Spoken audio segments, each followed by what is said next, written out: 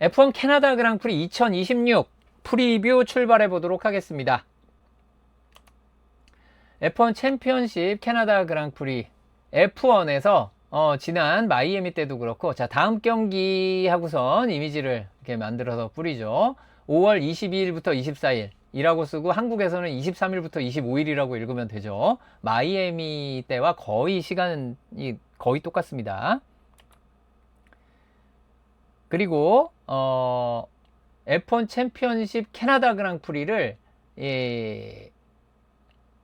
아무래도 F1이 만든 이미지는 전형적인 F1식 포스터가 있고요. 오른쪽에 FIA 오른쪽 승 디자인에서, 네, 저는 오른쪽에 확실한 승리라고 생각합니다. 요즘 FIA가 정말 대단합니다. 매 경기 다른데 매 경기 멋있어요. 자, 그리고 왼쪽에 스트롤은 홈 그랑프리니까 알겠어요. 그러면 이제 질문이 나올 수 있죠. 알본과 가슬리는 왜 여기 있을까요? 잘 생각해 보면 가슬리는 그 레드불 콜업 됐을 때, 좀 오래된 얘기긴 하지만 그 가슬리가 레드불 올라갔던 적이 있었습니다. 요즘 보시는 분들은 이게 무슨, 네, 그렇습니다. 그 호랑이가 담배 피던 시절에, 네, 가슬리가 레드불에 콜업 됐을 때 캐나다 그랑프리에서 베르스타펜이 Q3 못 갔을 때 가슬리가 Q3 가서 5등 했던 적이 있어요. 예, 그렇고요. 그 다음 알보는 또 윌리엄스에서 그 오랫동안 타이어 버티기 해가지고 포인트 따기 힘든 경기에서 막 7위 하고 그랬던 거 있죠. 나름 캐나다에서 한가닥 하셨던 분들이다. 물론 캐나다에서 강한 드라이버들이 몇 명 따로 있는데 여기는 언급이 안 되고 있습니다. 자, F1 챔피언십 캐나다 그랑프리의 역사에 대해서 좀 보자면 1967년, 그러니까 캐나다는 오랫동안 독립국가였지만 완전히 영국으로부터 독립한 독립국가로서 캐나다는 생각보다 역사가 길지 않아요. 그 애매모호한 독립국이에요. 독립국인데 그 애매모호한 게 좀 꽤 있었습니다. 뭐 하여튼 이제 이건 다 그 시기라고 보시면 돼요. 이 독립으로, 완전한 독립으로 나아가는 그 과정에서 여러 가지 이벤트를 치른 것 중에 캐나다 그랑프리, F1 캐나다 그랑프리도 있었습니다. 그래서 1967년에 클래링턴 모스포트 파크, 모터 스포츠 파크를 잘못 쓴 거 아닙니다. 모스포트가 이름이에요. 자, 모터 스포트 줄여서 모스포트 아니고요. 네, 그렇습니다. 모스포트 파크. 그리고 챔피언십 그랑프리는 캐나다 그랑프리가 54회나 있고, 모스포트 파크는 67년부터 77년까지 경기를 펼치게 됩니다. 그 다음에 이제 몽트랑 블랑, 우리 로렌스 스트롤 아저씨가 한때 막 리뉴얼하고 열심히 했던 몽트랑 블랑에서 2번 경기를 했고요.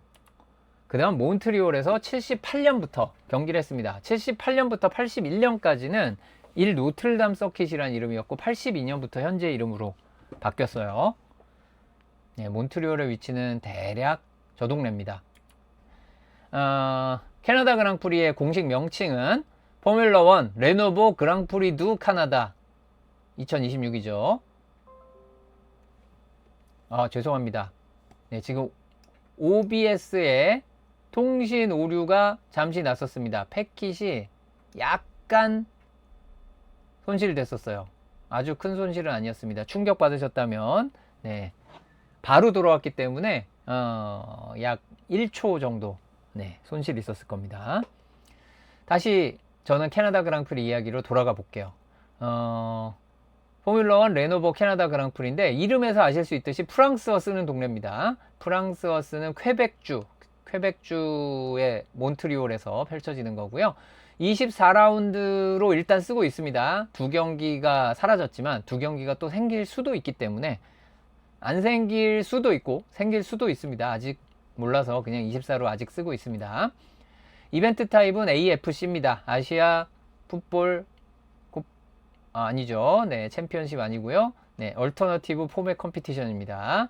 네, 스프린트가 있는 주다라는 것에 이제 2026 시즌에 새로 생긴 건 아니고 전에도 있었지만, 이번에 어쨌든 현재 규정에 있는 표현대로 써본 거고요. 개최 일자는 5월 22, 23, 24 현지 시간 기준입니다. 우리나라는 다 자정 넘어서 되기 때문에 저기 플러스 2를 해야 돼요. 개최 장소는 질 빌러브 서킷입니다. 질 빌뇌브 서킷 아닌가요? 라고 하시면 네, 그렇게 부르셔도 됩니다. 네. 드네 빌뇌브와 똑같은 거기 때문에 빌뇌브 하신다 그래서 제가 절대 때리지 않습니다. 그냥 제가 질 빌러브라고 하는 게 입에 붙어서 그냥 그러는 것 뿐이고요. 캐나다 그랑프리에서 지난해 어땠는가? 이 지난해의 결과는 특히 여러분들이 그리드를 보면 분위기를 어느 정도 아실 수 있을 거예요. 캐나다 오면 최근 캐나다에서 진짜 잘하는 드라이버 조지 러셀이죠. 성적이 좋지 않을 때도 임팩트 하나는 끝내줬던 조지 러셀이죠. 이거는 이제 2년 전쯤으로 시계를 돌려서 그 비가 왔다가 마르는데 충분히 안 말랐는데 충분히 안 마른 게 뭐야? 마른 데가 없어 보이는데 그 슬릭 타이어 끼고 나왔던 조지 러셀 퀄리파잉 이거 기억하시는 분 계실 거예요. 임팩트 하나 끝내줍니다. 러셀이. 그리고 지난해 지지난해 2년 연속 폴 포지션 차지했었죠. 베르스타펜도 나쁘지 않은데 지난해 지지난해 다 2그리드에서 네, 출발했었습니다. 지난해 폴 포지션과 우승 모두 조지 러셀입니다. 마이애미는 러셀이 그렇게 선호하지 않는, 러셀과 좀 안 맞는 서킷이었다 그러면 그렇습니다. 안 맞는 서킷이 있으면 맞는 서킷이 돌아오죠. 맞는 서킷에서 잘해야 됩니다. 예, 늘 말씀드리듯이 확실히 우승할 수 있을 때 하는 게 제주다. 아, 여기는 이겨야 됩니다 라고 했는데 못 이기는 팀, 이런 거 응원하기 싫어지시죠? 여러분 이제 뭐 다른 스포츠에서도 F1도 마찬가지인데요. 이겨야 되는 경기는 이겨야 되는데 몬트리올, 질 빌러브 서킷이라면 조지 러셀 최근 3경기 연속 우승한 팀메이트 안토넬리를 앞설 수 있지 않을까 조심스럽게 추측해 봅니다.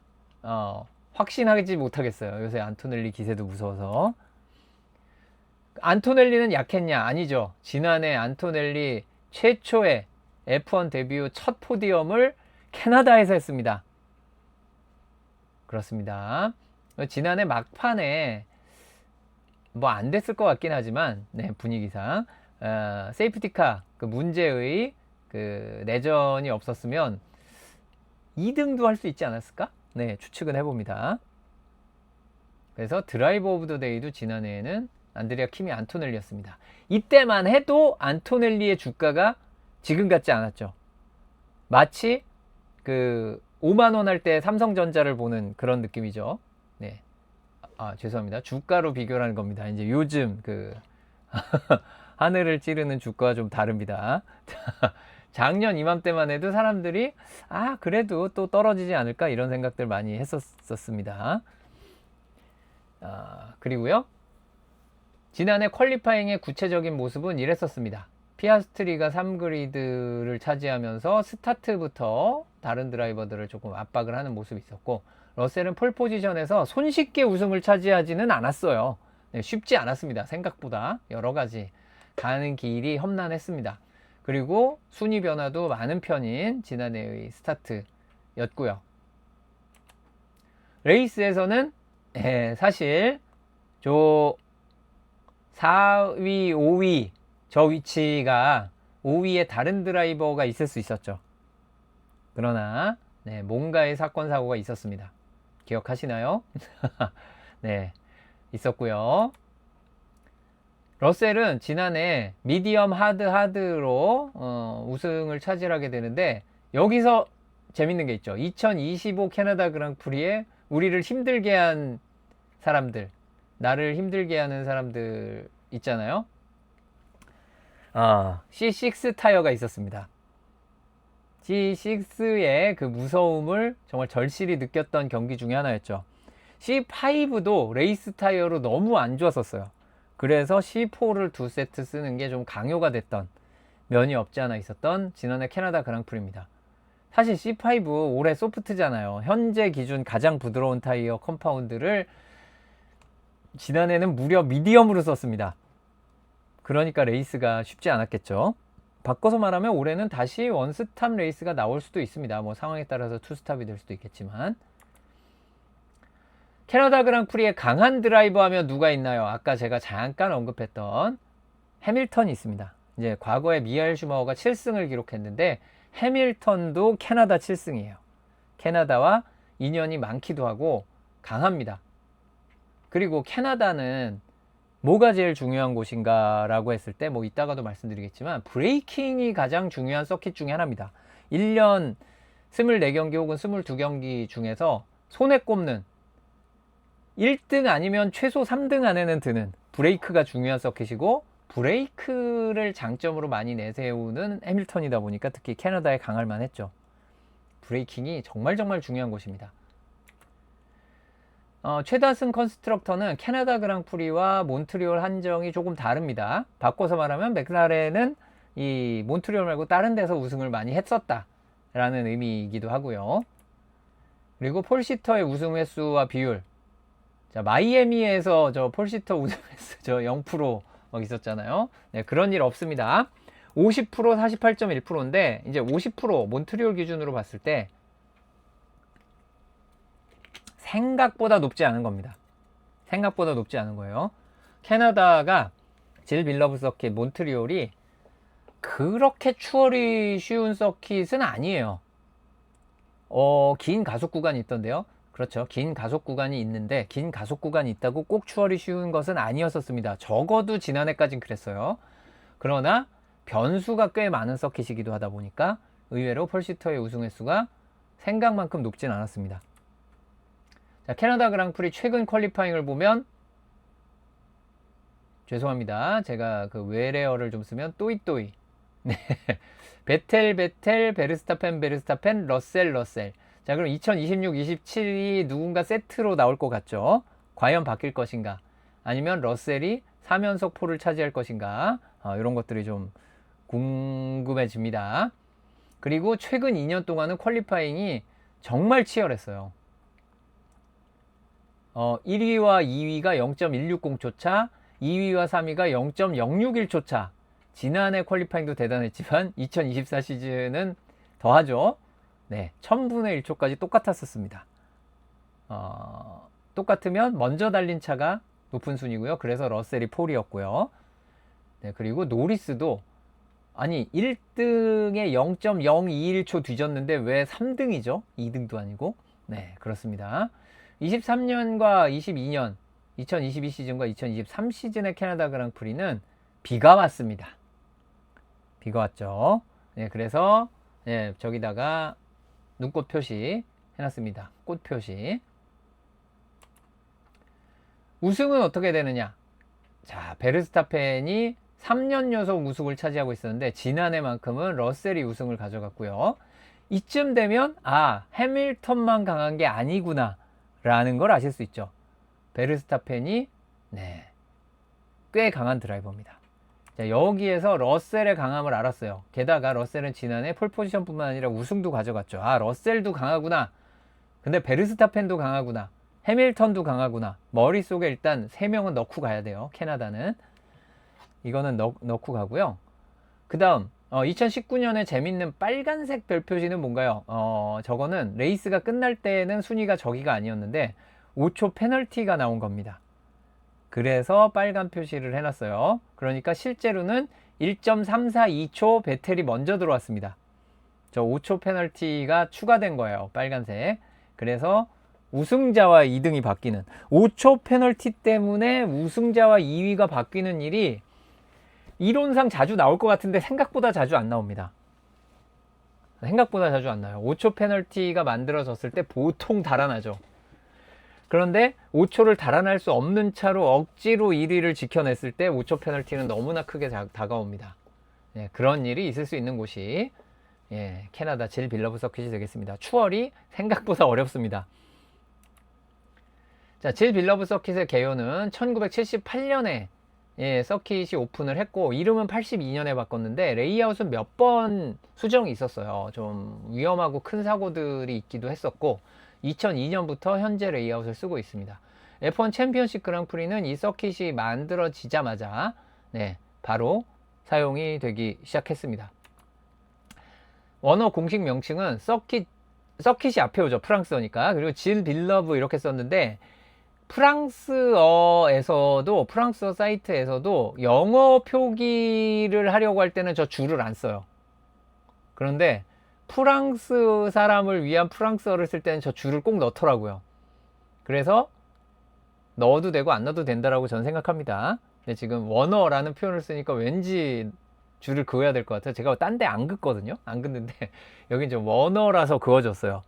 네, 프랑스 애들이 꼭 저거를 예 긋더라. 뭐 이렇게 보시면 되겠고요. 퀘벡주가 프랑스어를 쓰는 주로 뭐 독립을 하느니 마느니 뭐 그런 얘기가 좀 있었죠. 아, 그리고 이 부분이 문제 중에 하나입니다. 이따가 뭐 언급을 하겠지만 원래 캐나다 그랑프리는 6월 중순에 했습니다. 6월 중순에 하면서 항상 문제가 뭐였냐면 르망 24시간이랑 자꾸 날짜가 겹쳤었어요. 그래서 르망 24시간 보다가 캐나다 그랑프리 잠깐 봤다가 잤다가 일어나서 르망 24시간 보고 다시 캐나다 그랑프리, 그러니까 퀄리파잉을 봤다는 거죠. 아까는 자, 르망 24시간 보고 이거 퀄리파잉 보고 그 다음에 잤다가 일어나서 르망 24시간 보다가 캐나다 끝나면 캐나다 그랑프리 레이스 보러 오는 예, 이런 구조였고, 심지어 종종 롤랑가로스도 겹쳐가지고 스포츠 이벤트가 좀 많이 겹치곤 했었습니다. 나중에 그 ACO랑 F1이랑 딜을 좀 해가지고 서로 안 겹치도록 협의를 했어요. 그게 10년도 안 됐을 거예요. 제가 알기로 그 협의한 지가 10년도 안 됐을 겁니다. 그래서 지금은 르망 24시간과 안 겹쳐요.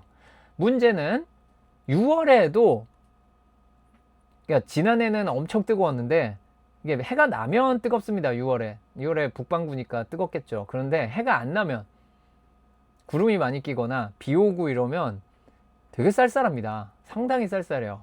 위도가 제법 높은 곳이기도 하고, 그래서 살짝 그 지도만 보면 바닷가인 것 같은데 사실은 그 세인트 로렌스강 겹치고 미국이 껴 있어서 그렇지 내륙으로 봐야 되거든요. 그래서 추워지면 많이 춥습니다.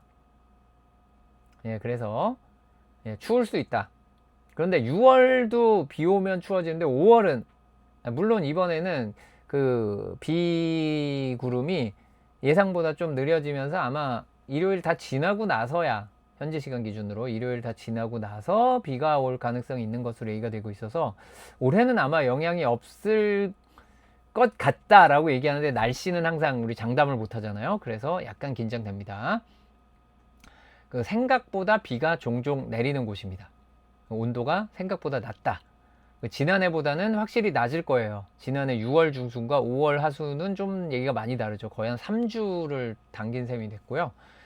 그리고 이걸 옮기게 된 두 가지 이유가 있어요. 왜 옮겼냐면은 듣다 보면은 뭔가 좀 이상한데는 느낌이 드실 거예요. 이제 하나는 물류입니다. 원래 이제 마이애미 그랑프리를 하고 유럽에서 경기를 시작을 했다가 캐나다에 잠깐 왔다가 다시 유럽으로 가잖아요. 그래서 플라이 어웨이 시리즈 전반기는 끝났어요.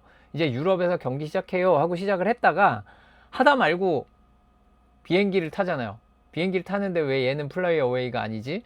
아 몰라 하고선 그냥 계속 그렇게 갔었어요. 동선이 좀 이상했었습니다. 그래서 이 낭비를 줄이기 위해서 마이애미 하고 바로 몬트리올 하고 그 다음 유럽에 오면 네, 나중에 유럽 경기가 다 끝날 때까지는 계속 유럽에서만 경기를 하게 바뀌었습니다. 이게 첫 번째예요. 동선 바꾸는 거. 두 번째는 모나코 그랑프리가 이런 모터스포츠에서 제일 중요한 이벤트 중에 하나잖아요. 르망 24시간, 모나코 그랑프리, 인디 500을 합쳐서 모터스포츠의 트리플 크라운이라고도 하잖아요. 그런데 문제는 인디 500과 모나코 그랑프리가 겹쳐, 날짜가. 예, 심지어는 둘 다 출전하려는 드라이버들이 꽤 있습니다. 예전에 알론소가 인디 500 나가느라 모나코 그랑프리 결장했었죠. 그 젠슨 버튼이 대신 출전하고, 기억하시는 분들 계실 거예요. 그 시트에 오줌 싸겠다 했던 뭐 그 경기요. 네, 어쨌든 그 날짜 겹치는 모나코와 인디 500 충돌을 피하기 위해서 모나코를 6월 초로 보내버린 거예요. 문제는 그래서 캐나다가 5월로 왔는데 너무 일찍 하면 안 된다고 막 주장을 했죠. 왜냐하면 예, 너무 일찍 하면 더 추워. 일주일 더 당기는 게 무서워요. 그래서 최대한 늦게 하자 해서 날짜를 잡다 보니까 얘가 또 인디 500이랑 겹치네. 심지어 인디 500도 낮 경기, 캐나다 그랑프리도 낮 경기라 이건 시간도 겹쳐요. 모나코는 모나코 그랑프리 끝나고 볼 수 있었거든요. 근데 얘네는 예, 그렇습니다. 뭔가 더 안 좋아진 것 같은데 너무 북미 기준 저 모나코 그랑프리만 챙긴 거 아닌가라는 뭐 이런 생각이 잠깐 듭니다. 잘못된 거 아닌가? 라고 하지만 네, 우리는 그런 부정적인 얘기는 그만. 자, 이제 질 빌러브 서킷에 대해서 집중적으로 알아보는 시간을 가져보도록 하겠습니다. 질 빌러브 서킷 이렇게 생겼습니다. 고구마처럼 생겼죠. 네, 고구마처럼 답답하고 추월이 안 되는 곳인가요? 추월은 생각보다 어려운데 그렇게 답답한 서킷은 절대 아닙니다. 이따가 또 설명하겠지만 이 서킷은 F1의 대표적인 스탑 앤 고 스타일의 서킷입니다. 스탑 앤 고 페널티와 혼동하시면 안 되겠고요. 10초 스탑 앤 고 페널티가 아닙니다. 하지만 섰다 가다 하는 느낌은 비슷합니다. 그리고 이 가다 서다를 반복하는 것을 빼고 생각하면 굉장히 간단합니다. 간단해도 이렇게 간단할 수가 없다. 몬자 레드불링과 함께 그 간단한 서킷 3대장 네, 질 빌러브 서킷 이 셋 중엔 제일 복잡해요. 질 빌러브 서킷 이 셋 중에 제일 복잡한데 어쨌든 굉장히 간단합니다. 코너가 14개인데 14개로 안 느껴져요. 자, 우선 스트레이트 모드 존은 모두 3개인데 지난해까지 쓰던 DRS 존과 냉정하게 얘기해서 거의 바뀐 게 없습니다. DRS 존보다 조금 일찍 시작하는 그 11번 코너 쪽의 스트레이트 모드 이게 발음이 꼬이네. 자, 깜짝 놀라셨죠? 제 발음이 꼬여서 그런지 또 신호가 잠깐 누락이 됐었습니다. 이거 왜 이러지? 좀 생각보다 자주 이런 일이 일어나네요. 오늘만 2번째인데요. 그래도 딱 2번째인데 역시 1초 네, 정리가 돼서 다행이네요. 돌아와서 스트레이트 모드 존과 DRS 존, 예전까지의 DRS 존이 좀 비슷하다 라는 겁니다. 자, 질 빌러브 서킷의 주요 가속 구간을 보면 이렇습니다. 뭔가 느껴지시는 게 없나요? 거의 다인데? 네, 그렇습니다. 질 빌러브 서킷은 거의 다 가속 구간입니다. 서킷의 거의 대부분이 그냥 가속 구간이에요. 그러면 브레이킹 존은 어떤가요? 중요한 브레이킹 존이 6개가 있고요. 그 하나가 좀 복합적으로 하나가 더 있습니다. 이제 이 부분은 제가 각각의 섹터별로 얘기할 때 좀 다루겠는데요. 우선 첫 섹터부터 한번 설명을 드리겠습니다. 이 서킷은 가다 서다를 반복하는 스탑 앤 고 서킷. 바꿔서 말하면 직진 가속과 브레이킹이 중요하고 높은 속도를 내는 강력한 다운포스를 요구하는 코너 구간은 별로 없다 라고 보시면 됩니다. 우선 첫 번째 브레이킹 존이 존재하게 되는데 거기서는 대략 한 시속 140km를 줄인다 라고 표시가 되어 있는데요. 이제 1번은 조금 이따가 설명하겠지만 매우 복잡한, 어떻게 보면 이것 F1 전체에서 손에 꼽게 복잡한 브레이킹 구간 중에 하나입니다. 상당히 어려워요. 그래서 그냥 단순하게 시속 140km 정도 속도가 줄었다라고 보시면 좀 곤란하겠습니다. 그리고 3번 코너 앞에서 또 한 번의 브레이킹 존이 있는데 둘 다 의미가 크죠. 일단 스타트 라인부터 한번 보고 갈게요. 이 질 빌러브 서킷 하면은 거의 확실하게 레이스에 최소 한 번은 카메라에 잡아주는 살루트 질스, 네, 질 빌러브를 기리는 메시지가 스타트 라인에 그려져 있습니다. 그럼 여기서 질문하시는 분들이 계실 수 있어요. 저 표시는 피니시 라인 아닌가요? 이 질 빌러브 서킷은 F1 서킷 중에 몇 개 없는 피니시 라인과 스타트 라인이 같은 곳입니다. 네, 그래서 스타트 피니시 라인이 동일하기 때문에 문자 그대로의 스타트 슬래시 피니시 라인으로 부를 수도 있고요. 그냥 스타트 라인 혹은 피니시 라인이라고만 부르셔도 됩니다. 그래서 14번 코너 워러브 챔피언 이따 얘기하겠지만 워러브 챔피언 빠져나와서 이 피니시 라인까지 거리가 좀 돼요. 가속을 좀 해야 됩니다. 자, 1번 코너. 이 브레이킹이 상당히 어려운 곳인데요. 이 그림에서 표현해 드리고 있는 것이 이제 1번 코너에서 들어가고 있는 거의 한 20년 전 모습이죠. 저희 차들의 때깔을 보면은 20년 전이라는 걸 여러분들이 다 아실 수 있을 거예요. 자, 그리고 몇 년도인지도 맞추실 수 있을걸요? 여러분들이 이걸 몇 년도인지 맞추시면 굉장히 훌륭한 F1 지식을 가지고 있는 겁니다. 퀴즈 한번 내볼까요? 우리 여러분들의 환기를, 주의를 환기시키기 위해서. 몇 년도인지 맞추기. 2007년 아니고요. 네. 네. 제로 피어시 8V님이 먼저 맞추셨습니다. 2008년입니다. 2008년인 걸 어떻게 알 수 있느냐? 얘가 빨리 맞추는 법을 확인을 해드릴게요. 일단 진짜 처음 오신 분들을 위해 여기 BMW 좌우보가 보이죠? BMW 좌우보가 이런 화려한 디자인으로 나왔다. 2006, 7, 8 중에 하나죠. 그런데 페라리의 라이코넨 헬멧이죠. 요거 마사 헬멧이고요. 라이코넨이 빨간색 카메라 차를 탔다. 2008년이죠. 2007년에는 라이코넨이 노란색이었죠. 예, 그렇습니다. 그리고 해밀턴, 이 프론트 윙이나 이게 프론트 윙과 리어 윙을 봤을 때 프론트 윙 디자인과 리어 윙 디자인이 2009년에는 크게 바뀌게 되죠. 리어 윙이 좁아지고 높아지고. 그래서 이건 2007, 8일 텐데 2008입니다. 예, 그리고 네, 뭐 그렇습니다. 지금 요것만 봐도 2008이죠. 어렵지 않게. 쉽죠? 네. 이제 이 정도는 여러분들이 이제 쉽게 아시게 되지 않을까.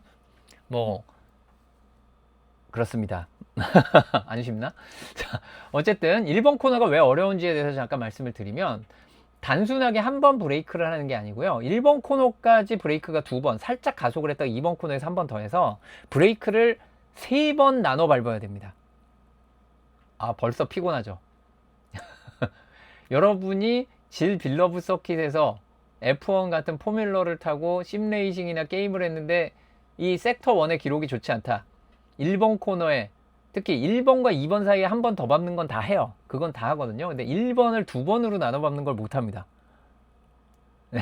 이 부분이 좀 어려울 수 있을 거예요. 한 번에 갈 수도 있는데 한 번에 가려면 라인이 정말 너무 제한돼서 진짜 빠른 라인을 타기가 어려워요.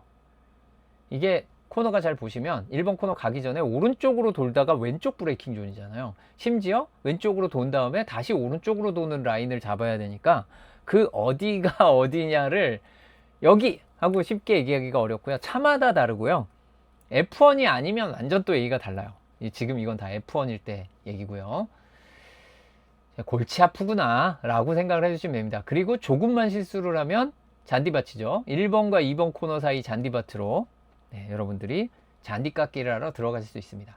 1번 코너에서 브레이킹 존 경우에는 스타트 라인에서 브레이킹 존까지의 거리가 너무 많아서 모르겠어요. 네, 하나만 보여드리면 되죠. 220m 짧은 편입니다. 절대 긴 편은 아니죠. 마이애미가 320m였거든요. 100m가 더 짧아요. 그러면 1000렙의 순위 변화가 많이 없나요? 아니요, 많습니다. 엄청나게 많습니다. 자, 꼭 첫 코너까지 길어야만 하는 것은 아니다 라는 걸 보여주는 레이스 스타트, 스프린트도 볼 수 있으니까, 심지어 이번 주엔 2번이나 220m인 첫 코너까지의 거리가 꼭 1000렙의 순위가 안 바뀐다는 뜻은 아니구나 라고 절실히 느끼시게 될 겁니다. 보시면 됩니다. 워낙 복잡하게 돼 있어서요.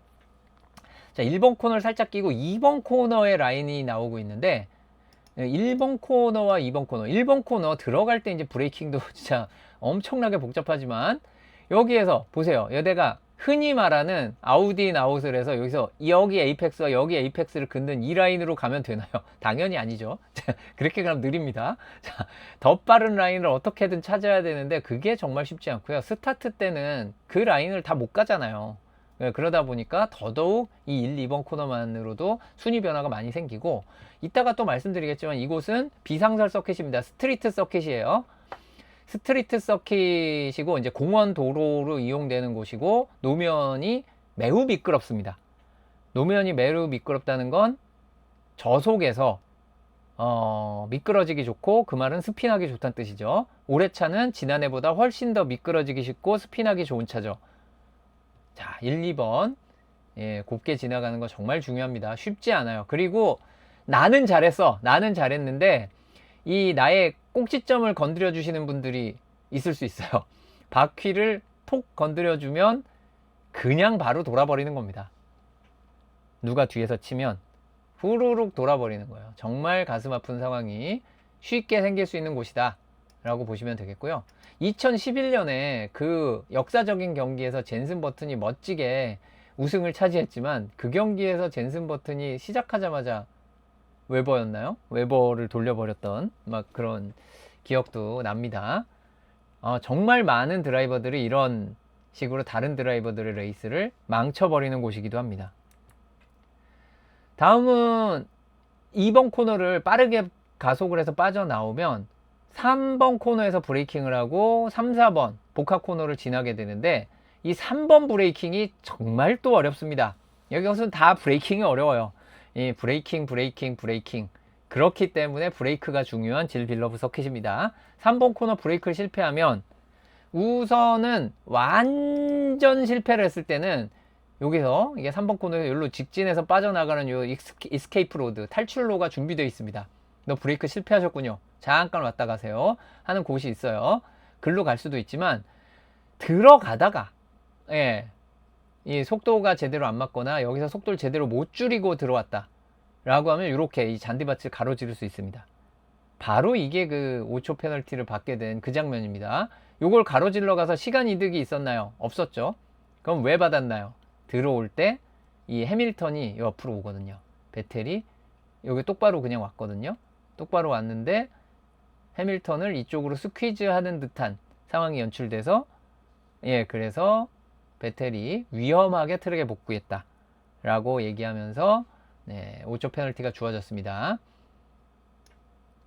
논란의 여지가 있는, 페널티를 받으면 안 되는 수준이었냐 라고 얘기하면 얘기하기 어렵지만, 꼭 줘야만 하는 상황이었냐 도 얘기하기 어려운 그렇습니다. 세상 일이 참 이렇게 쉽지 않아요. 양쪽 의견이 충분히 대립할 만한 건이었습니다.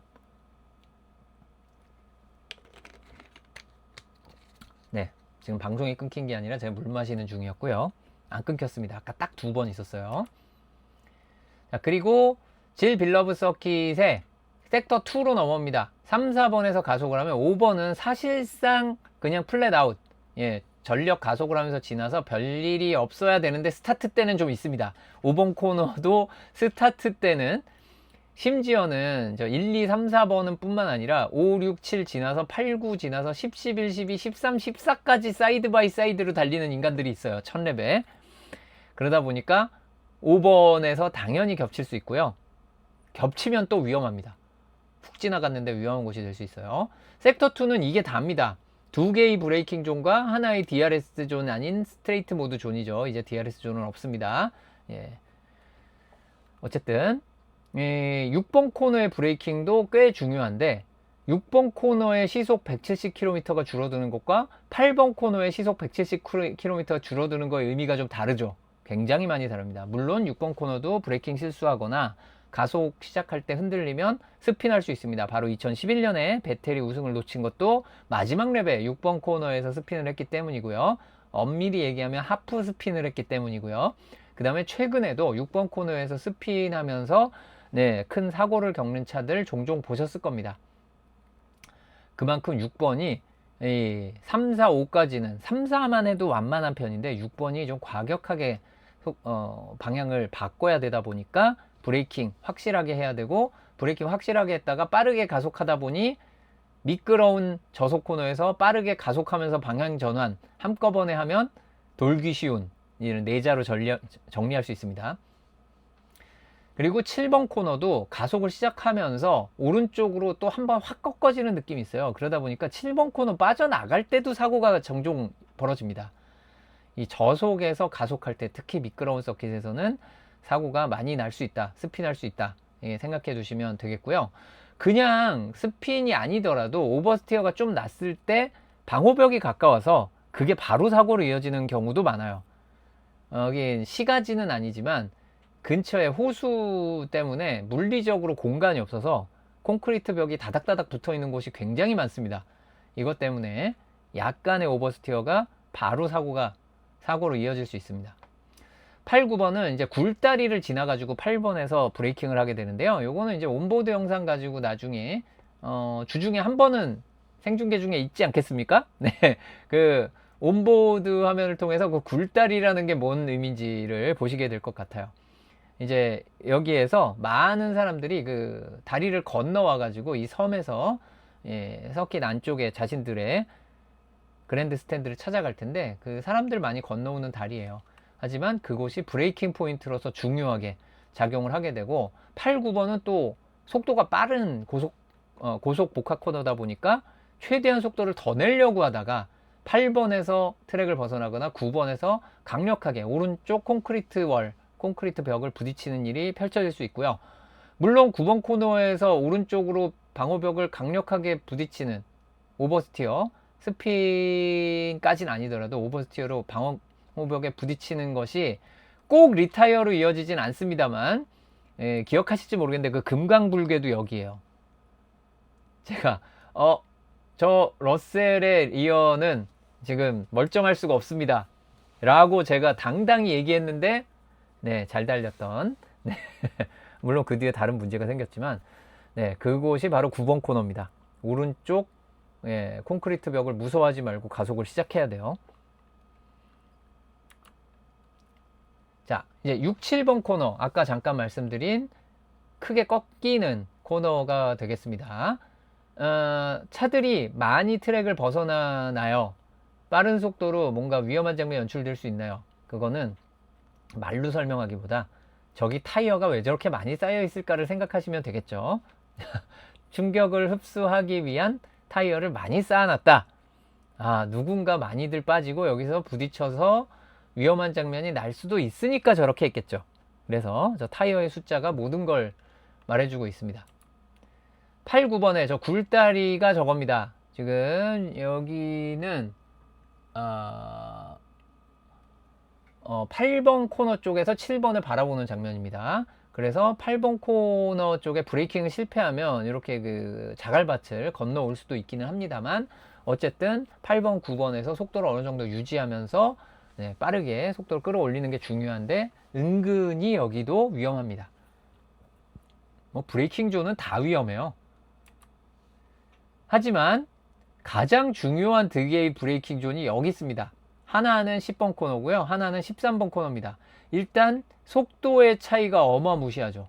시속 290km에서 70km까지 속도가 줄어드는 10번 코너. 매우 중요합니다. 그리고 13, 14번은 마지막 복합 코너를 통과하기 전, 또 그 마지막 복합 코너의 오른쪽 벽이 그 유명한 월 오브 챔피언이기 때문에 정말 실수 없이 돌아야 되는데 속도도 빨라야 돼요. 들어갈 때는 최대한 늦게 브레이크 밟아야 되고 가속은 최대한 빨리 시작해야 되다 보니까 매우 중요한 브레이킹 존과 복합 코너가 마지막 두 개 코너가 되겠습니다. 이 10번 코너는 가기 전에도 큰 사고가 났었는데요. 이것이 이제 로버트 쿠비차의 2007년 사고입니다. 크게 다쳤죠. 근데 저때 팔 골절상도 있었고, 이것 때문에 그 대타로 세바스찬 베텔이 그 다음 경기 미국 그랑프리에 데뷔를 하게 되는 계기이기도 했고요.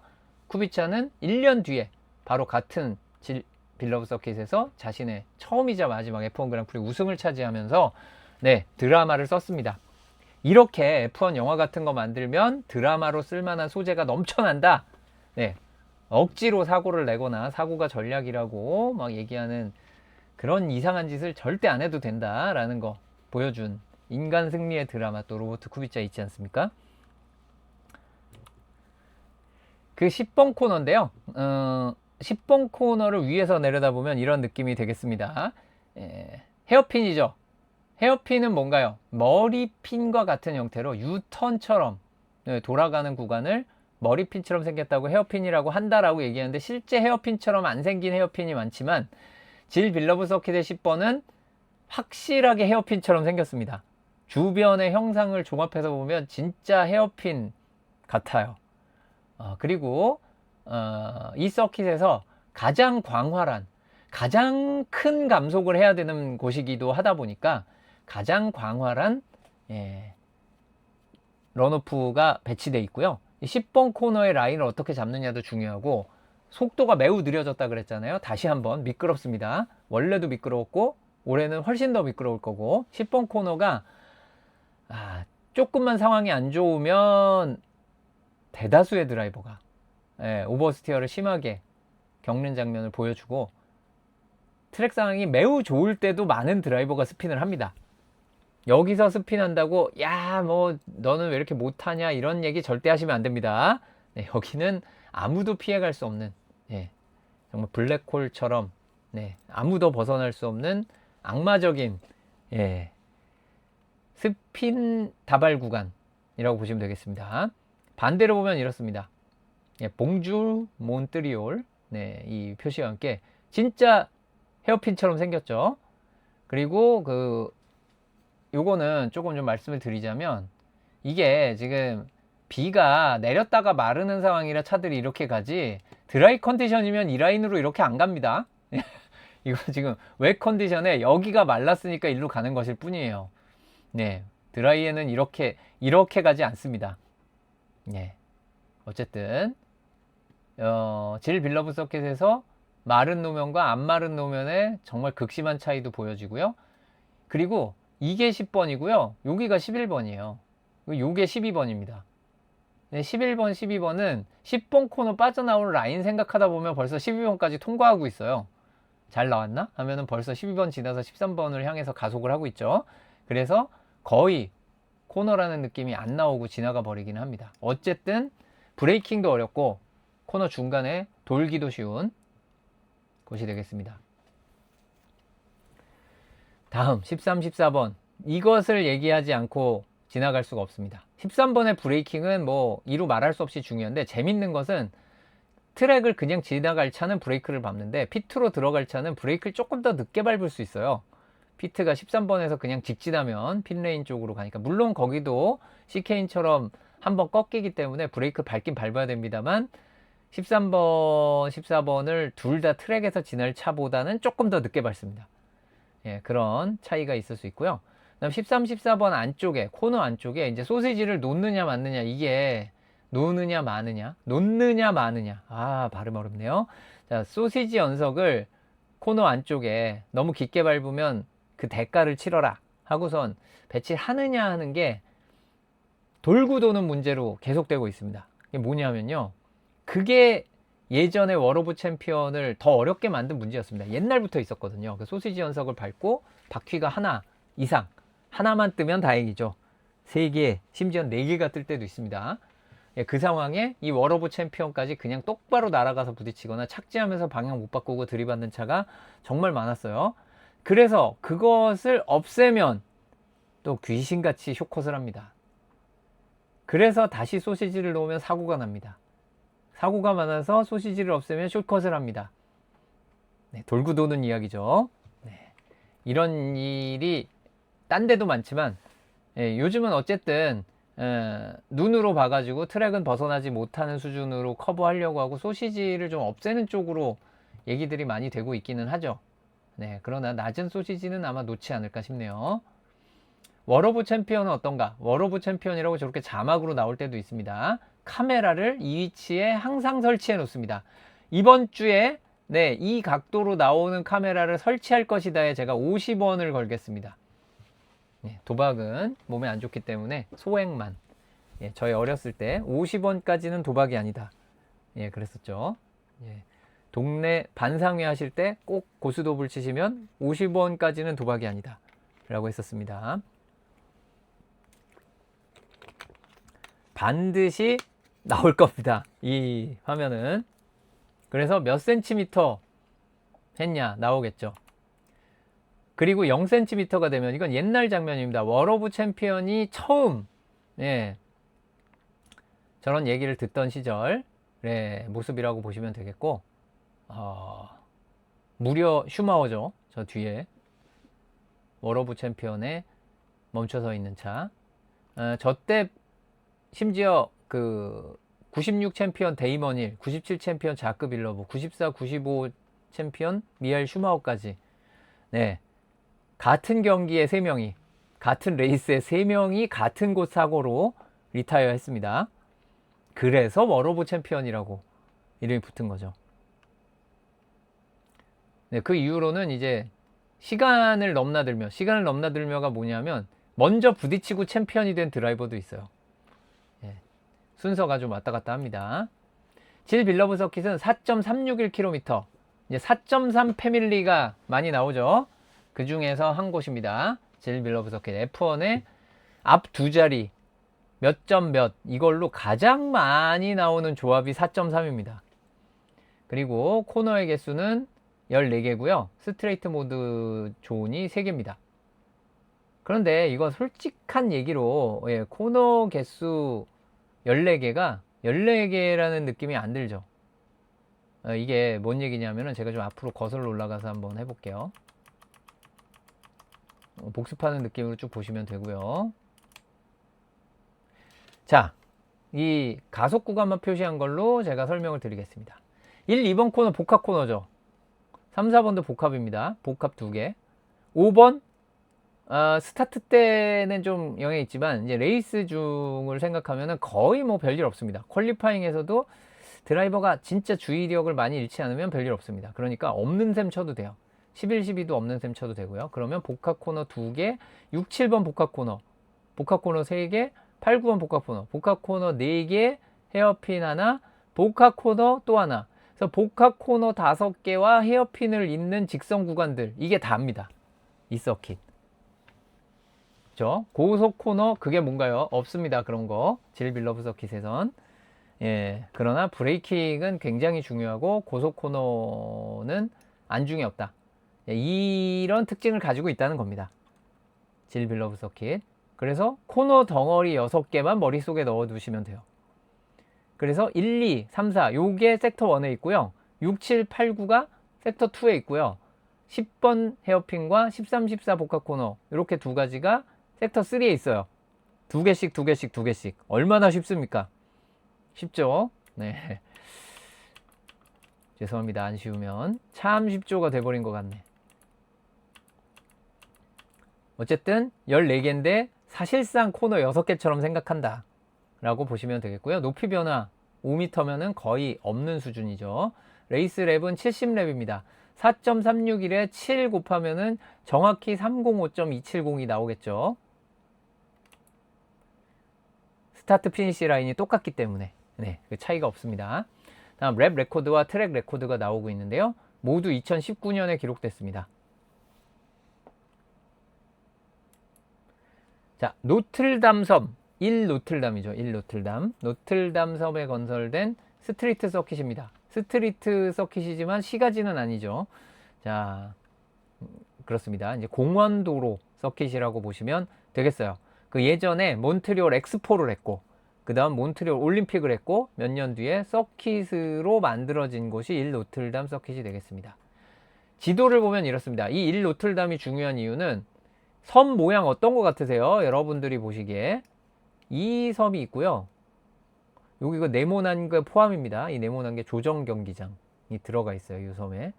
여기는 이제 도시 몬트리올의 강 양쪽에 세인트 로렌스 강 양쪽에 이게 있고, 섬이 이거랑 이거 두 개예요. 두 개의 섬이 인공섬입니다. 왠지 서킷의 라인이 뭐랄까 너무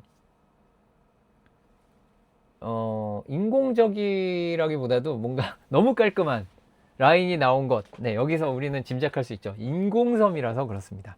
인공섬으로 두 개가 이렇게 쌍둥이처럼 이어져 있고요. 많은 사람들이 어떻게 오냐면 이 길을 따라서 이렇게 걸어서 건너옵니다. 이렇게. 그래서 여기 8, 9번 코너 가기 전에 굴다리 지났다 그랬죠. 그 길 건너서 오는 거예요. 예, 무슨 느낌인지 아시겠죠? 실제로 여기 지나다니는 사람을 제가 이 얘기를 하기 전에 보셨으면 절대 눈에 안 들어오는데, 이 얘기 듣고 보잖아요. 그러면 여기 지날 때마다 지나가는 사람들이 눈에 들어오실 거예요. 100%는 아니겠지만 많은 분들이 그러실 겁니다. 그치, 사람들이 가겠지. 특히 막 프랙티스 같은 때 그때 겨우 오고 있는 사람들이 있을 거잖아요. 볼일 보고. 네, 그렇고요. 그리고 이제 여기 동그란 아주 특징적인 건물이 여기 하나 있습니다.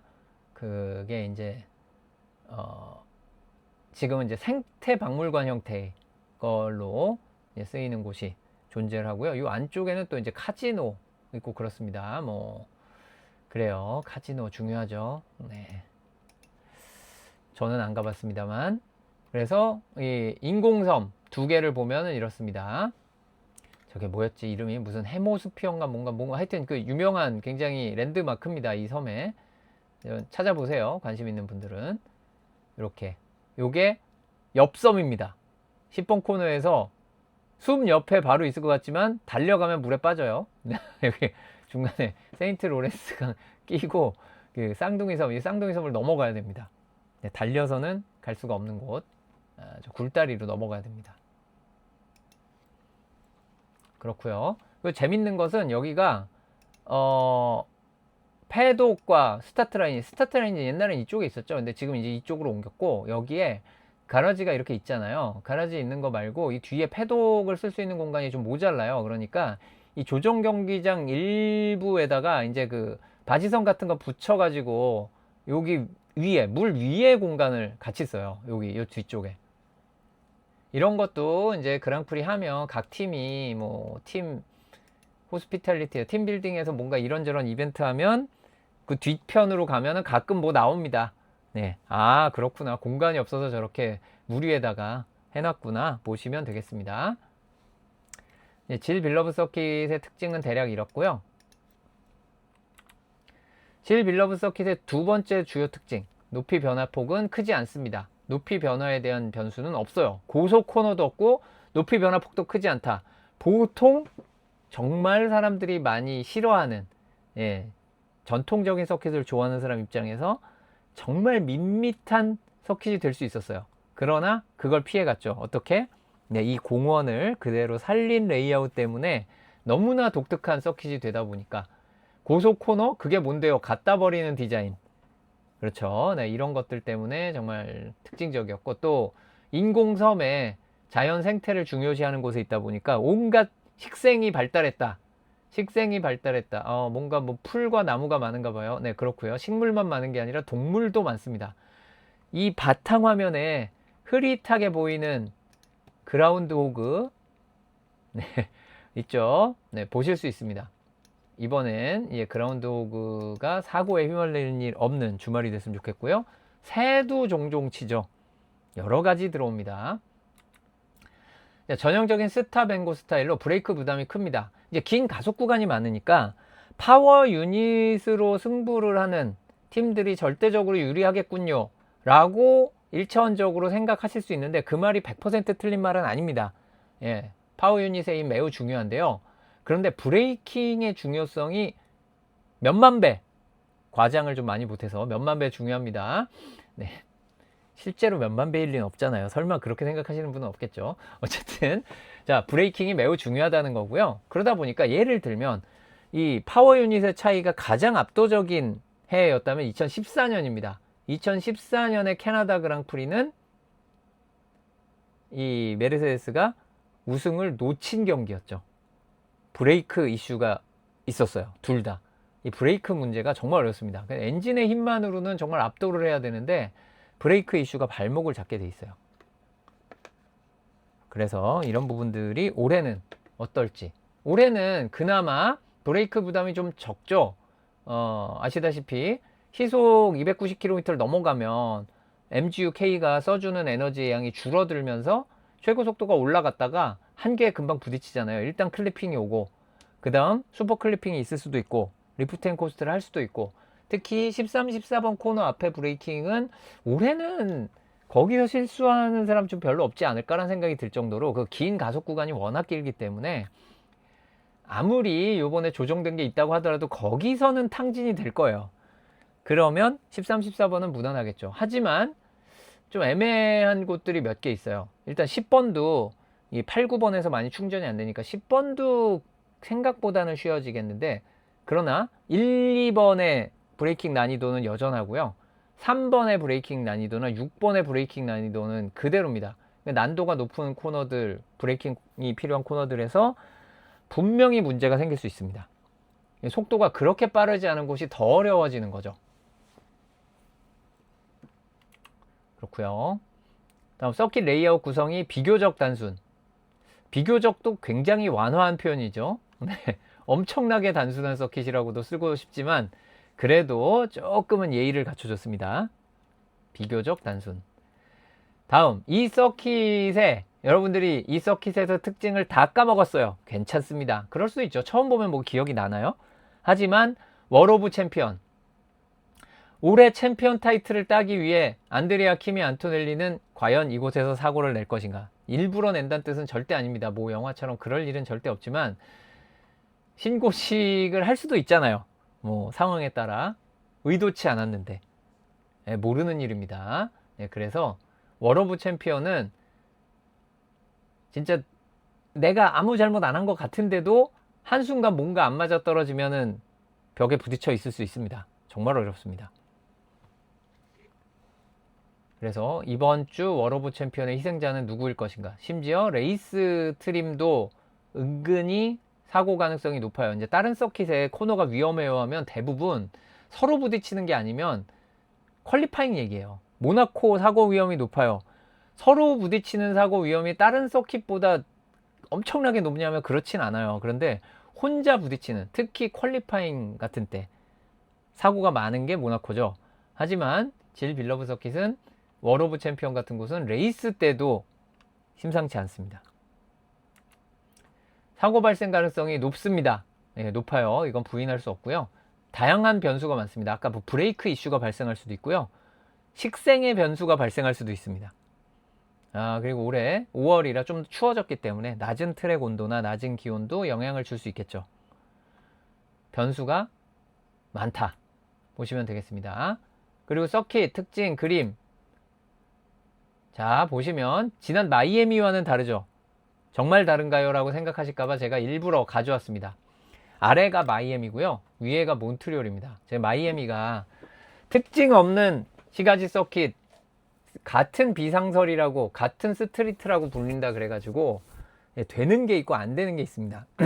굉장히 자연적인 곳은 가능한 것과 뻔하게 디자인하면은 절대 안 나오는 막 그런 게 존재하는 거죠. 자, 마이애미 보면 이 삼삼했잖아요. 진짜 삼삼하죠. 트랙 에볼루션 빼고는. 그렇죠. 트랙 에볼루션 똑같습니다. 마이애미도 몬트리올도 그냥 다 5예요. 원래 그립 매우 부족하고 트랙 에볼루션 폭이 매우 큽니다. 이거는 공통점인데 특징이 없잖아요, 마이애미. 이러니까 재미없다는 소리가 나오죠. 그런데 몬트리올은 어떤가요? 화려합니다. 1과 5를 오가는 이 화려함. 물론 중도를 지키는 타이어 스트레스도 있습니다. 이거는 냉정하게 얘기해서 3 좀 세게 부른 겁니다. 좀 세게 불렀어요. 지난해 C5, C6까지 써보니까 C5가 레이스 트림에서 좀 어렵더라. 그러니까 스트레스가 없다고는 못하는 거 아니냐라고 얘기한 것 같은데, C5를 미디엄으로 쓰는 상황을 만든 친구들이 저는 잘못했다라고 생각합니다. 다시 돌아가서 타이어 스트레스 3만큼도 안 나오는 것 같아요. 브레이킹 옵니다. 정말 중요하고요. 자, 횡방향 지포스가 필요한 레터럴 에너지, 네, 필요 없죠. 네, 필요 없습니다. 이곳은. 네, 이렇게 확실하게 다르고요. 그 다음 트랙션은 많이 필요합니다. 이 직진 가속을 많이 해야 되기 때문에 트랙션 매우 중요한 곳이 되겠습니다. 그냥 트랙 자체의 그립도 몬트리올이 마이애미보다 낫습니다. 마이애미도 높은 게 절대 아닌데 몬트리올은 정말 미끄러워요. 그냥 놓으면 미끄럽습니다 하고 그냥 인정하고 가야 됩니다. 그리고 타이어의 부담에 대해서는 싱싱한 초록색, 바나나도 이런 색이면 먹기 미안해지는 껍질 색깔이죠.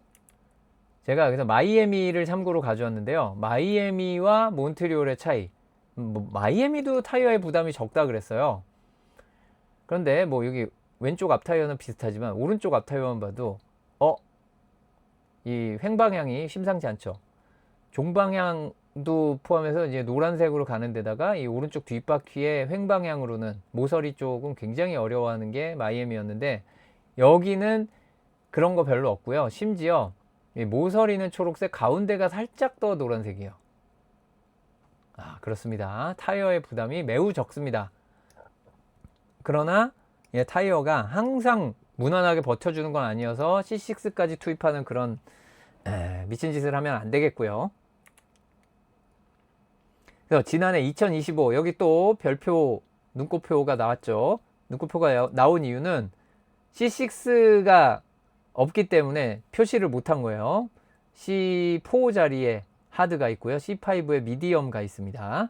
2025 시즌이 좀 열흘였다 라고 보시면 되겠고요. 2, 3, 4 저것도 잘못했네. 죄송합니다. 저 3, 4, 5입니다.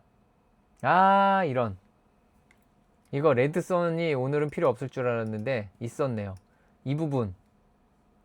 이거를 제가 이걸 옮기고선 한 칸을 다 옮겼다라고 생각을 해서 이런 큰 실수를 하였네요. 이게 다 이쪽으로 가야 됩니다. 여기 가장 부드러운 컴파운드는 무조건 필요합니다. 자, 이것을 여기서 다 같이 주문을 외워볼까요? 셋, 둘, 하나. 레드선.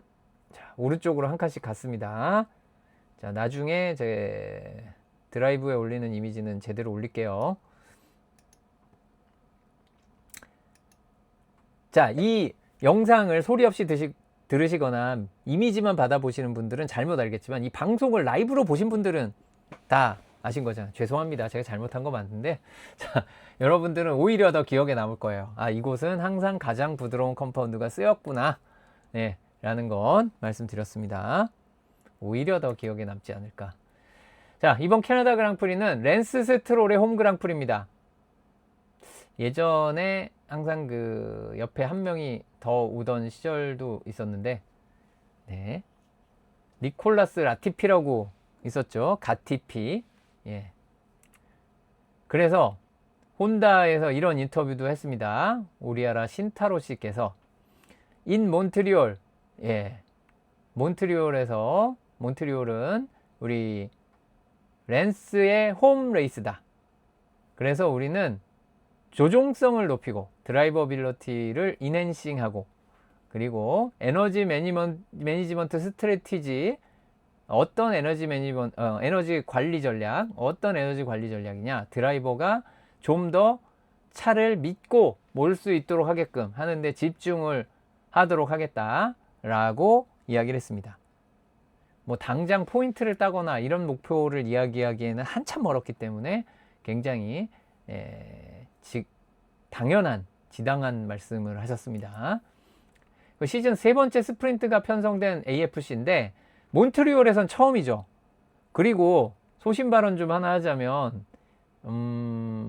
캐나다 그랑프리는 셋업 좀 신경 써야 됩니다. 저 브레이크 때문에 뭐 신경 써야 되는데 이거 스프린트 주말로 가나? 네, 간다고 합니다. 다음, 적지 않은 팀이 다시 많은 업그레이드를 투입할 예정입니다. 여러분 기억하시나요? 지난 경기 때 이제 에스턴 마틴 같은 경우는 좀 빼고 생각하더라도 메르세데스와 하스가 특별히 많은 업그레이드라기보다는 그냥 원래 프로그램대로 한 개씩만 막 이렇게 부품 가져왔었잖아요. 그러면 누구는 11개, 9개씩 업그레이드 하는데 메르세데스, 하스는 놀고 있냐? 아니죠. 그러면 업그레이드를 언젠가는 다시 투입할 거잖아요. 그 마이애미에서 못할 어떤 사정, 완성이 안 됐다든가, 또 충돌과 관련된 부분은 충돌 테스트 통과를 못했다든가, 뭐 여러 가지 이유가 있을 수 있습니다. 주로 이제 완성이 안 됐을 가능성이 높아요. 개발을 늦게 시작해서. 그런 파츠들을 이번 경기 할 수도 있고, 다음 경기쯤에 할 수도 있습니다. 2주 뒤죠. 2주 뒤에 또 다음 경기 할 수 있는데, 문제는 2주 뒤 다음 경기가 모나코예요. 모나코는 안 됩니다. 아무리 모나코는 모나코 파츠는 와요. 모나코 파츠가 오는 거지 거기서 1년 내내 쓸 업그레이드 파츠를 테스트하진 않겠죠. 예를 들면 지난 마이애미 업그레이드는 뭐 페라리에서 그런 인터뷰를 했지만 페라리뿐만 아니라 상당수 팀이 마이애미만 생각한 업그레이드 파츠가 아닌 것들이 많았어요. 그런 것이 진정한 업그레이드죠. 서킷마다 오는 서킷 스페시픽은 그렇게 중요하지 않을 수도 있습니다. 어쨌든 모나코는 아니다 해서 역시 프랙티스 한 번밖에 없는데 여기 업그레이드 가져오는 팀들이 있을 겁니다. 메르세데스, 하스는 거의 확실하죠. 에스턴 마틴이 얼마나 가져올지, 또 전에 가져왔던 팀이 또 가져오지 말란 법은 없습니다. 다음으로 5월로 스케줄 조정하고 처음입니다. 이게 잘 통할지 지켜보는 것도 중요한 관전 포인트겠고요. 생각보다 쌀쌀할 수 있습니다. 구름 끼면. 구름 안 끼면 따뜻해요. 구름 안 끼면 해 쨍쨍 나면 괜찮습니다. 그런데 구름이 좀 낄 수도 있잖아요. 그럴 때 어떤 변수가 생길지도 모르겠습니다. 다음, 사고 발생이나 세이프티카 등 변수가 발생했을 때 전략적 대응이 어렵습니다. 이걸 여기 써놨다는 건 쉽지 않다는 거예요. 잘해야 된다. 그러니까 잘못한 애들을 나중에 마녀사냥을 하자.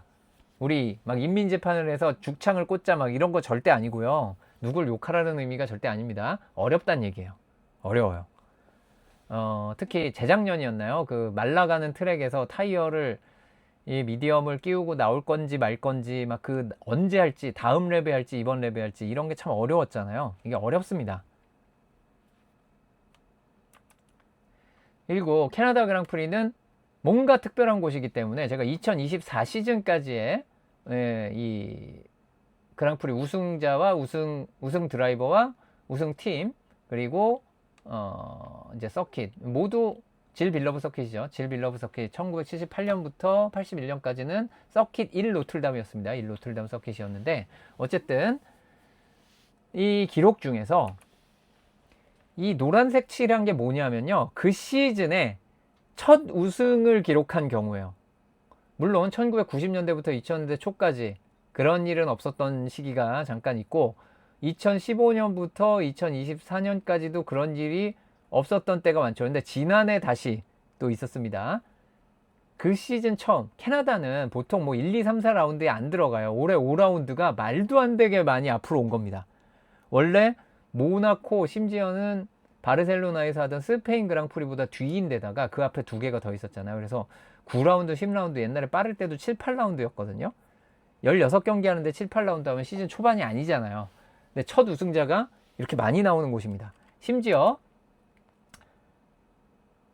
여기서 제가 분홍색 칠한 6명은 캐나다 그랑프리가 자신의 첫 번째 우승이에요. 근데 메이든 윈은 뭔가요? 그거는 이제 여기 나오는 메이든 윈. 저게 첫 번째 우승이라는 뜻입니다. 영어 공부 되겠죠? 네, 외워두세요. 그냥 저건 외우시면 됩니다. 예. M-A-D-E-N 아닙니다. M-A-I-D-E-N이에요. 메이든 윈. 네, 첫 번째 우승이라는 겁니다. 네. 알아두면 좋은 이제 F1 용어만이 아니죠. 저거는 이제 다른 데서 다 쓰는 말입니다. 이런 처음으로 뭔가를 할 때 메이든 합니다. 메이든 포디엄 뭐 이런 거 러스트럼 뭐 이런 거 하듯이 메이든 윈 많이 쓰는 말이니까 외워두면 되겠습니다. 여기 분홍색 칠한 거랑 똑같은 겁니다. 그거를 이제 줄여서 사진과 함께 올려놨고요. 캐나다 그랑프리 하면 또 질 빌러브 서킷이 질 빌러브 서킷이 아닐 때 질 빌러브가 처음으로 우승을 차지한 곳이 질 빌러브 서킷이었어요. 당시엔 1 노틀담 서킷이죠. 캐나다에서 영웅이 될 만한 그런 모든 게 있었겠고요.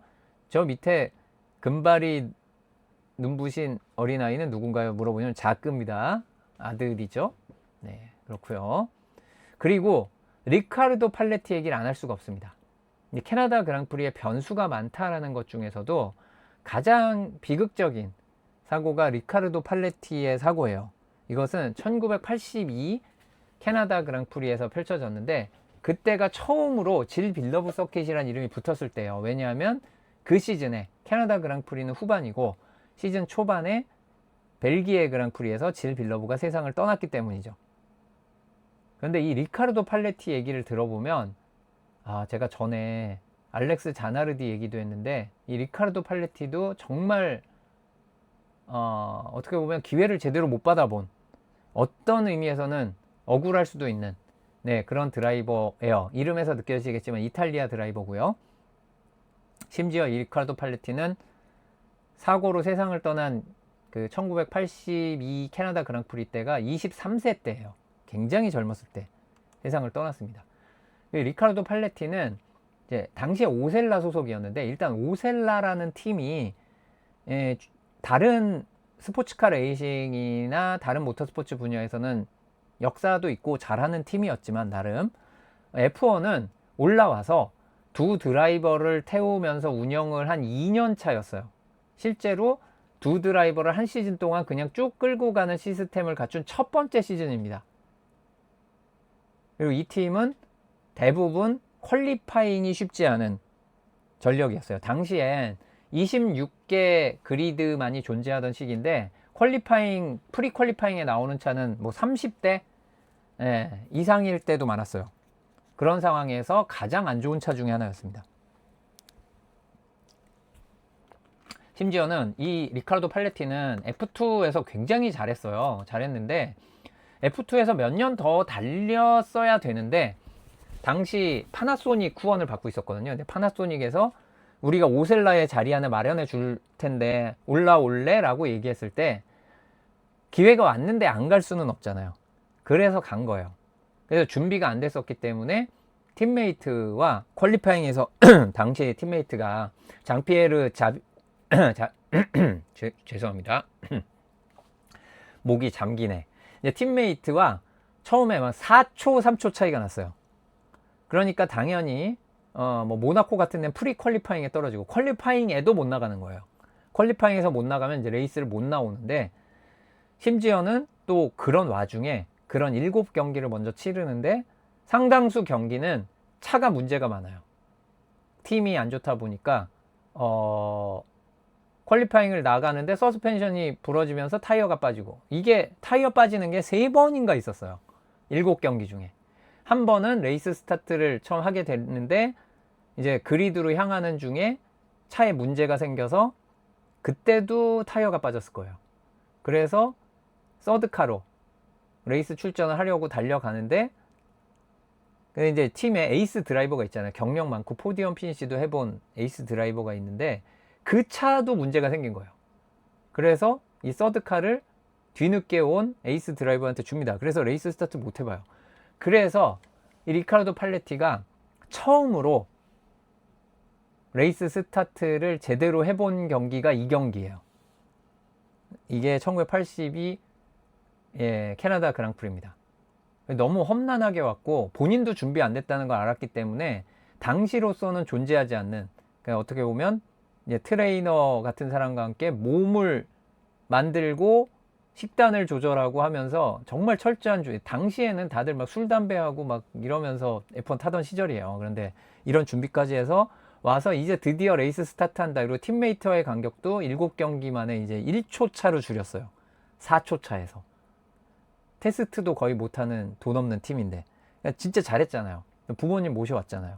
그런데 그때 마침 폴 포지션을 차지했던 디디에 피로니가 스타트에서 왜 그랬는지 모르겠는데 스타트 시그널이 굉장히 느려지는 와중에 엔진이 스톨이 걸립니다. 스타트를 못하는 거죠. 그래서 손을 들고 레이스 어보트를 해주세요 했는데 이걸 눈치채기 전에 스타트 신호가 나와버린 거예요. 그래서 차들이 그대로 출발합니다. 리카르도 팔레티는 23그리드고요. 그래서 앞에 차들은 몇 대는 잘 빠져나갔는데 뒤에는 폴시터가 여기 멈춰 서 있을 거라는 걸 알지도 못했고 당시엔 팀 라디오로 빠르게 드라이버한테 알려주는 시스템도 아닙니다. 아무도 몰라요. 차들이 쓱쓱 빠져나가는 걸 보고 못 피한 차들이 부딪히기 시작해요. 부딪힌 차가 튕겨나와서 다른 차에 부딪히고 거기에 휘말린 게 리카르도 팔레티인데 리카르도 팔레티만 안타깝게도 세상을 떠났습니다. 그래서 굉장히 안타까운 일이 바로 1982 캐나다 그랑프리에서 벌어졌었어요. 그래서 우리 리카르도 팔레티를 생각을 하면서 특히나 안전에 신경을 써야 된다. 물론 캐나다 그랑프리에서는 이후에 마샬의 사망사고라든지 오피셜의 사망사고가 이제 있었어요. 하지만 더더욱 신경을 써야 된다. 안전 문제에 좀 더 민감해야 된다라는 것을 다시 한번 강조하고 넘어가겠습니다. 그런 점에서 2011 캐나다 그랑프리도 굉장히 위험했죠. F1 역사상 가장 긴 레이스였고요. 제가 그 MBC 스포츠 플러스하고 SBS ESPN 할 때 넘어갈 때 SBS ESPN은 안 했잖아요. 이런 거 안 하면 제가 해설 안 하겠다 해가지고 안 하고 있다가 처음 가서 한 경기가 하필 이 경기였습니다. 굉장히 길었죠. 이때 세이프티카 8번 나오지 않았나요? 굉장히 많이 나왔고요. 경기 중간에 2시간 이상 멈춰서 있었고요. 이런 일들이 벌어지는 곳입니다. 이게 캐나다가 뭐 좋은 일도 있고 나쁜 일도 있고 어이없는 일도 있고 놀라운 일도 있고 다양한 일이 터진다는 얘기를 드리고 있는 중입니다. 이러다 보니까 우승자 폴시터의 우승 확률이 떨어지는 거예요. 그리고 아까 얘기한 것처럼 베텔 2019년 캐나다 그랑프리의 상징과도 같은 장면이죠. 지금은 아마도 이런 행동할 드라이버가 많지 않을 거예요. 그렇습니다. 노골적으로 불만을 표현한 거죠. 인터뷰에서 딱히 누구 인신공격을 하거나 하진 않았어요.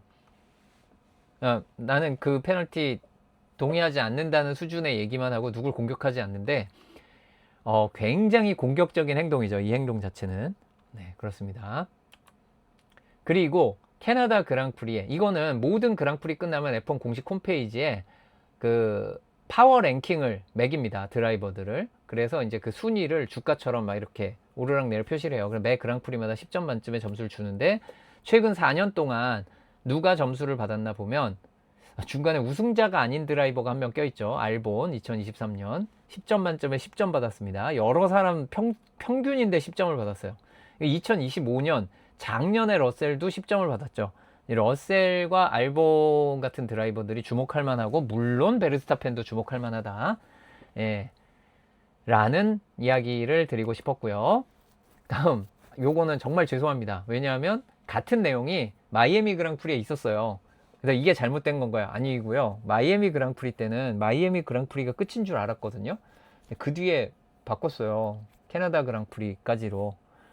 그래서 캐나다 그랑프리까지 하고, 네, ADUO 계산을 하는 걸로. 물론 이전에 명문화가 안 됐는데 그렇게 한 거는 좀 뭐했지만, 해석의 여지를 있다고 봐가지고 너무 손쉽게 얘기를 했었습니다만, 그때 잘못한 거였습니다. 이게 맞아요. 이제 규정이 확실히 오해 없도록 바뀌었기 때문에. 이것은 무엇인가요? 저의 특집 영상들이 몇 개 있고요. 동영상으로 ADUO 설명하는 것들이 퍼플 섹터 항목에도 있고 캐로군의 동영상에도 있으니까, 네, 짧게 정리된 것들 찾아보시면 되겠습니다. 안 좋은 엔진 쓰는 팀에게 추가 개발 기회를 주겠다 라는 거죠. 추가입니다. 추가.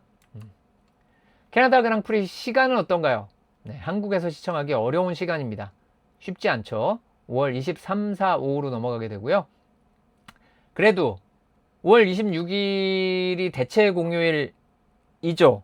제가 프리랜서라 이런 거 세는데 좀 약한데, 제 기억에 의하면 5월 25일 월요일이 대체 휴일일 거예요. 맞죠? 이게 지금 부처님 오신 날 기념 캐나다 그랑프리이기 때문에 아마 5월 25일 월요일이 어쨌든 공휴일이긴 할 겁니다. 아마도 그럴 거예요. 그래서 혹시 아니면 말씀해 주세요. 자, 그렇기 때문에 보실 수 있지 않을까. 보시고 푹 주무시면 되겠습니다. 5월 23, 24, 25일 특히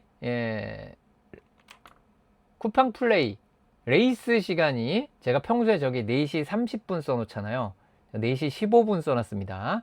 정찰랩부터 많은 이야기를 할 수 있지 않을까 싶어요. 다른 시간은 다 동일합니다.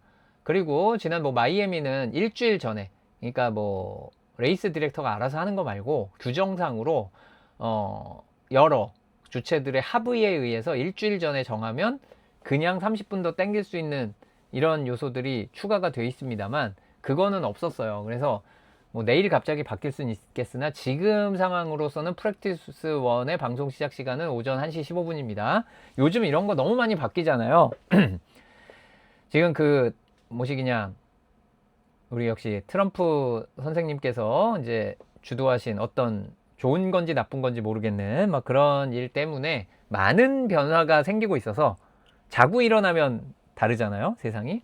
그래서 모릅니다. 네, 모른다라고 저는 일단 말씀드렸는데, 일단 현재 기준으로 이렇습니다. 정찰랩부터 현장 화면이 가는 겁니다. 정찰랩부터 현장 화면이 가면 뭐가 나오나요?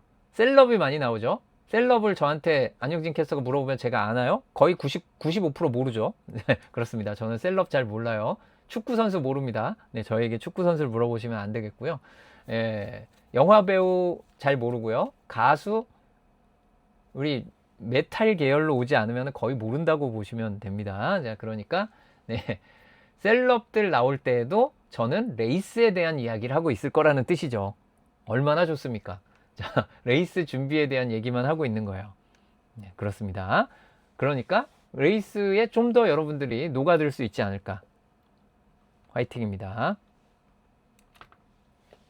이렇게 해서 정찰랩부터 레이스 중계를 하게 된 F1 캐나다 그랑프리 2026의 프리뷰 여기까지 전달을 드렸고요. 여러분들 특히 많은 시청 부탁드리겠습니다. 여러분들이 많이 봐주실수록 좀 더 무언가 발전하는 모습이 생기지 않을까라는 생각을 합니다. 그러면 여기까지 F1 캐나다 그랑프리 2026의 프리뷰를 마쳐 보도록 하겠습니다.